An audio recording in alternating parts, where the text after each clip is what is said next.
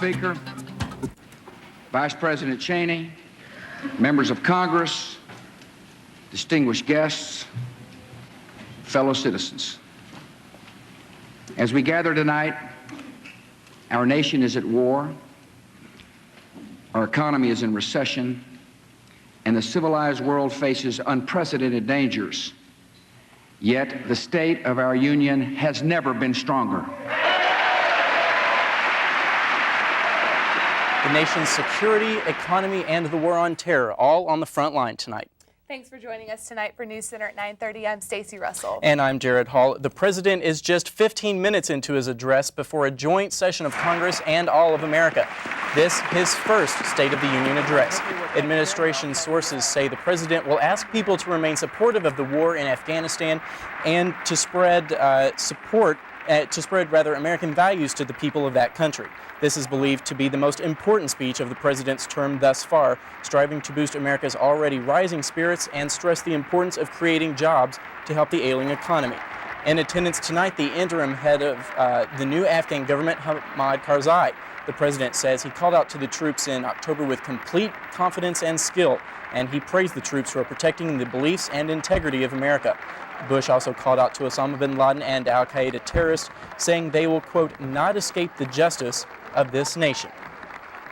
Well, Vice President Dick Cheney is at the president's side tonight. The economy has been hit hard by a weak stock market, high unemployment, and cautious consumer spending because of September 11th. But Cheney says Bush is committed to reviving the sluggish economy.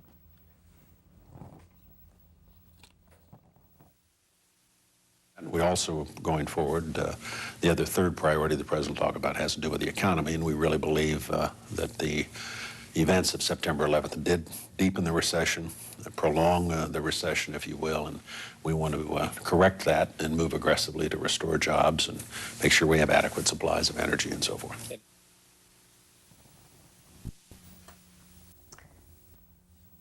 President Bush says jobs are the key to his economic security plan. In his address, analysts expect the president to call for better schools, expanded trade, and sound tax policy as ways to improve the number of jobs in the country. Both the NASDAQ and the Dow Jones Industrial Average closed down today. In fact, today was the steepest decline this year. Two stocks are being closely watched right now. Tyco International closed down over 8%. Questions are circulating around its accounting. And Williams Companies closed down over 5%, with worries spreading about its financial statements after delaying the release of its full earnings report.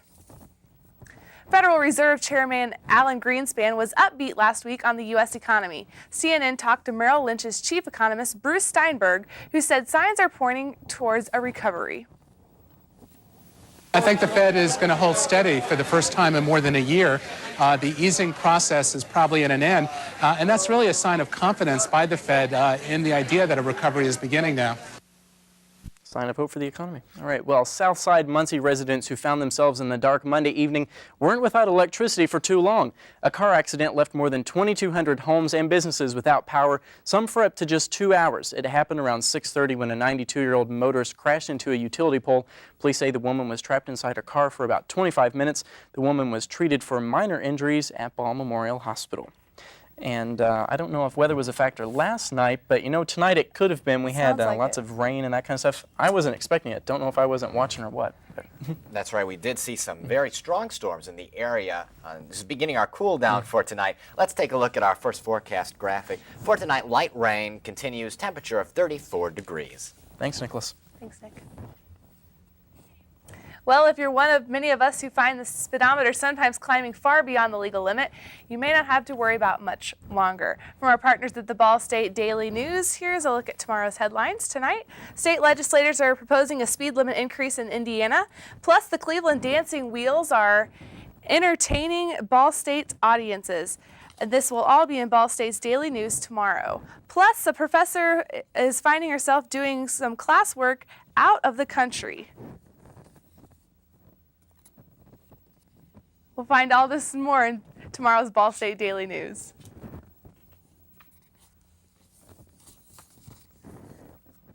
Today, majority House Democrats offered what they call major incentives to Indiana Republicans. Democrats hope to gain enough support to get a deficit reduction and tax restructuring plan out of the chamber and to the Senate. Republicans say the proposal still has too many tax increases to reduce the state budget deficit and gain GOP backing.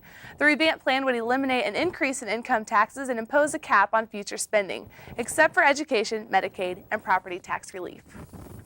Well, a California robber is behind bars tonight after holding several bank employees hostage earlier today. It happened this morning outside L.A. in Alhambra. That's where police say they quickly surrounded the bank, trapping the robber inside. Bank employees were able to trigger a silent alarm after the criminal told them he was armed and demanded $50,000. There weren't any customers inside at the time, and area resident and shopkeepers were evacuated. Well, Florida Governor Jeb Bush's daughter may face criminal charges. We'll tell you why after this break coming up. Plus, we'll let you know if some Ball State students think the upcoming Super Bowl commercials are super cool. Stay tuned.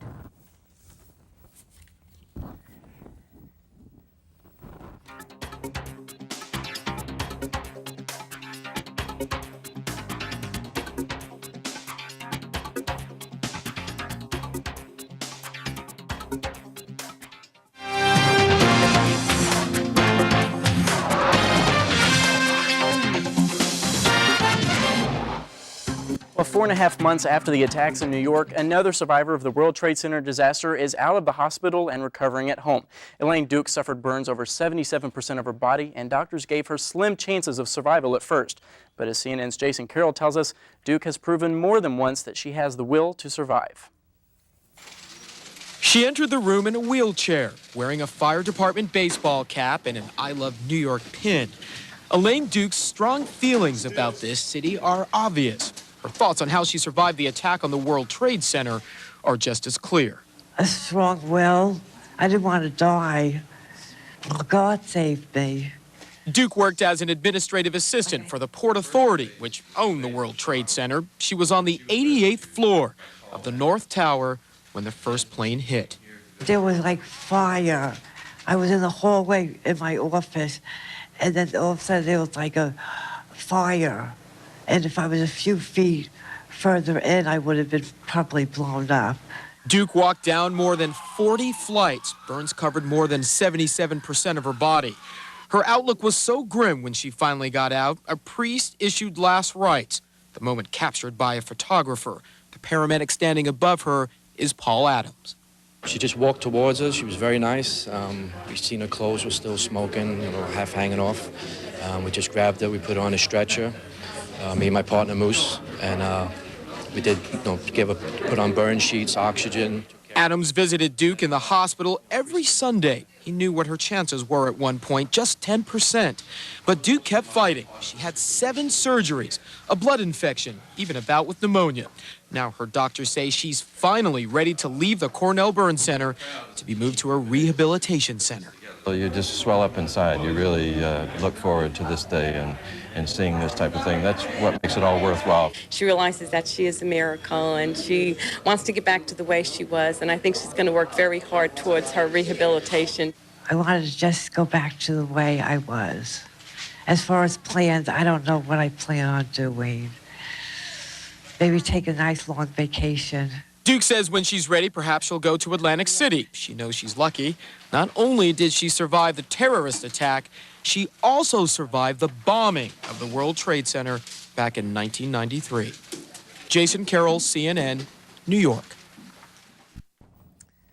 Well, Florida Governor Jeb Bush says he's deeply saddened by the overnight arrest of his only daughter. 24-year-old Noelle Bush was arrested last night at a Tallahassee Walgreens for allegedly trying to fill a phony prescription for Xanax, a popular drug used mainly to treat anxiety. The charge against Noelle Bush is a felony, but a state attorney says if convicted, she will likely face probation or drug court, not jail time. Tough luck for those Bush daughters. All right, well, Stacey, coming up this weekend, it's the Super Bowl, a big time for commercials and all that stuff. Right. Lots of talk about the prices and the after-day talks, at the water cooler. And we have a preview for you tonight. Jason Luzak is at the news desk with more. Jason? That's right. The Super Bowl is next Sunday, and almost as important as the game are the Super Bowl commercials. These commercials are usually the best of the year. We are going to give you a quick glimpse of some of this year's Super Bowl commercials.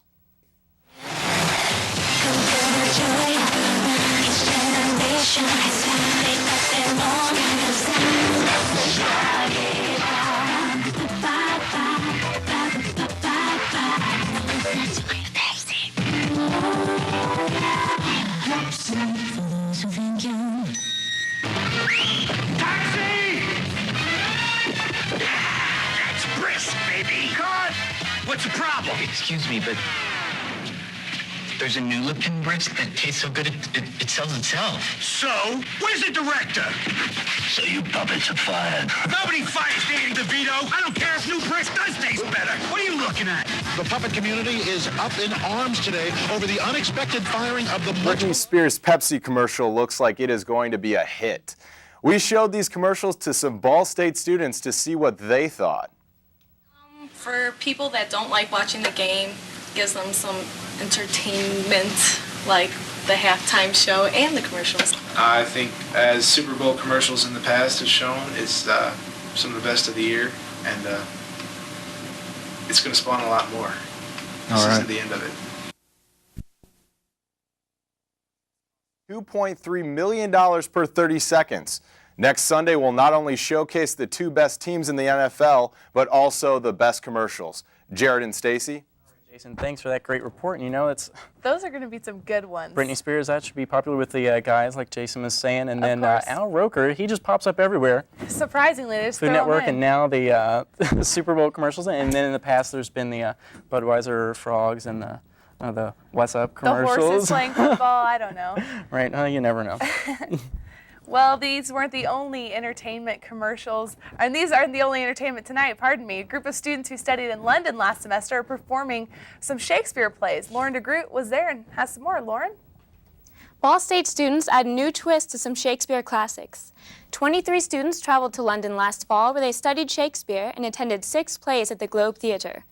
Director Judy Jordan had the tough task of tying 6 of Shakespeare's classics into one thrilling performance called Shakespeare's Family. I knew that I was going to do Shakespeare's Family, and I knew we were going to see 6 plays in London, 3 at the Globe and 3 at Stratford.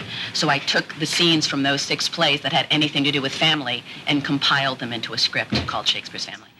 Along with attending these plays in London, these 23 actors had the chance to perform Shakespeare for a British audience. This turned out to be a very insightful experience for all the actors.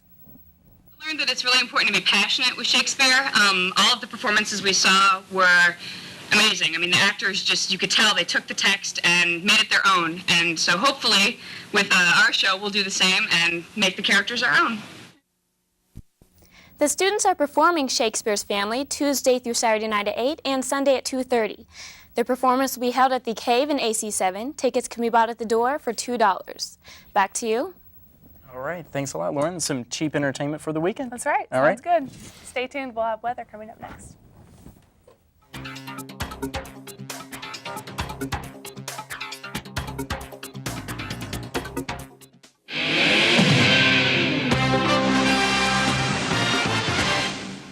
Good evening, everybody. Let's open up our weather almanac for tonight, Tuesday, January 29th, 2002. What an amazing day. 62 degrees was our high, breaking our record of 61 set back in 1970. Our low was 55. We can't complain. The sun set tonight at 5:57. Moving ahead to our next picture of the highs today in Indiana. Looking great, 50 Fort Wayne, 62 Muncie, 64 up in Indianapolis, South Bend, 39, more around where we should be at this time of the year. Current conditions, light rain outside, temperatures at 46 degrees, high humidity at 96%. In our satellite picture, what we see is this large system right here, and that's bringing a lot of precipitation with it.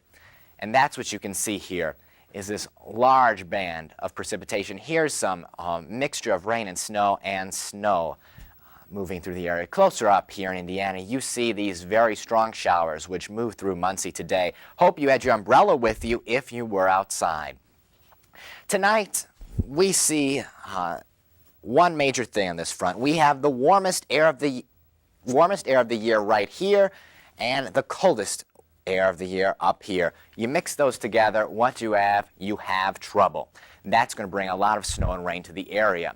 For tonight, light rain outside, a low of 37 degrees. For tomorrow morning, showers continue, 35 degrees. And for tomorrow, you see that system moving on through.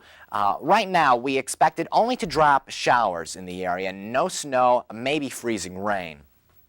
And tomorrow's highs will still be above normal in the 40s. Tomorrow, it will continue to be a wet Wednesday, a high of 38 degrees, cooling. And in our 3-day forecast, Thursday, 45 degrees, Friday, 34. The sun comes back on Saturday, 34 degrees. So cooling, but still above average for this time of year. Yeah, I was going to say, it's not snow material out there, but it is just not as beautiful as it was a couple days ago. Yeah, but hey, we have Saturday to look forward to, and at least I saw the forecast here tonight because I had no idea rain was in our forecast today. So thanks a lot. Glad I could help you. Thanks a lot, Nicholas. Well, sports is next. Ball State news heading your way. Stay tuned.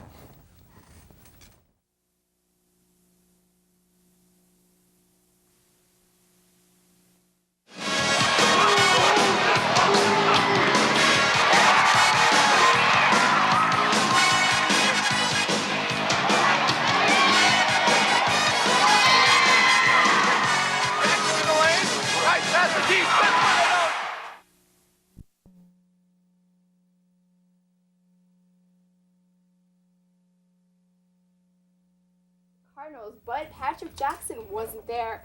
Jackson broke his left ring finger Friday at practice, which needed surgery today.